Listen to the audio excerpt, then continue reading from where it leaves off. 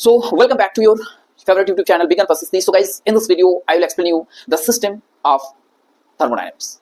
So guys, different type of system होता है, you know, thermodynamics chapter में हम लोग पढ़े हैं और ये सिस्टम जो है किसके ऊपर आधारित है ना, बेस्ड ऑन द बाउंड्रीज.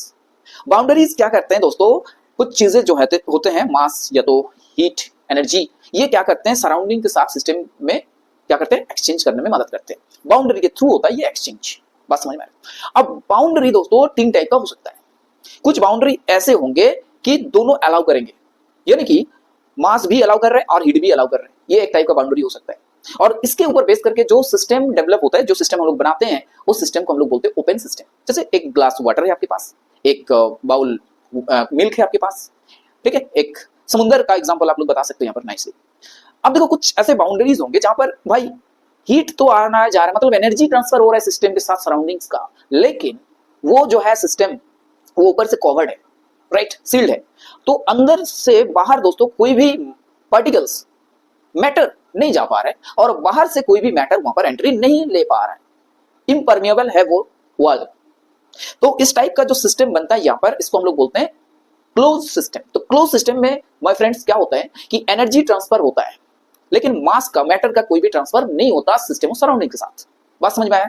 इसका एग्जांपल क्या होगा ना, एक कंटेनर है, मान के चलो कॉपर का एक बॉटल है आपके पास और उसमें हॉट वाटर है और उसको क्लोज कर दिया, सील्ड कर दिया. तो इसमें क्या होगा, कुछ देर बाद कॉपर का जो सिस्टम है, वो वाटर बॉटल है, वो उसके अंदर जो वाटर है वो कूल डाउन हो जाएगा. उसमें से जो भी हीट है वो वॉल के थ्रू बाहर सराउंडिंग्स में चले जाएंगे, राइट.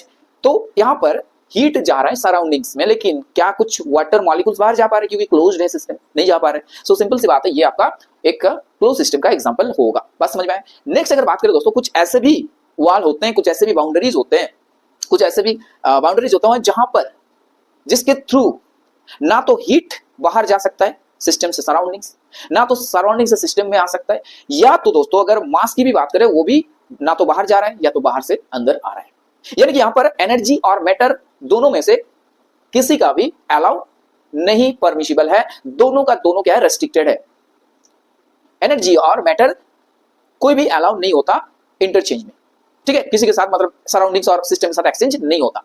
तो इस टाइप का सिस्टम जो डेवलप होता है उसको हम लोग बोलते हैं आइसोलेटेड सिस्टम. और एक प्योरली आइसोलेटेड सिस्टम बनाना बहुत डिफिकल्ट है अगर हम लोग बात करें कि ये एग्जिस्ट ही नहीं करते रियलिटी में. अगर एक एग्जांपल लेते हैं, यहाँ पर एक फ्लक्स है जिसको आप लोग इंसुलेटेड कर दिए, तो कुछ हद तक ये क्या हो सकता है, आइसोलेटेड सिस्टम के हिसाब से काम कर सकता है, यू नो. तो ड्यूअर जो फ्लक्स होता है दोस्तों, वहां पर उस जो ड्यूअर फ्लक्स होता है उसको कुछ लिमिट तक आप लोग क्या कर सकते हो, उसमें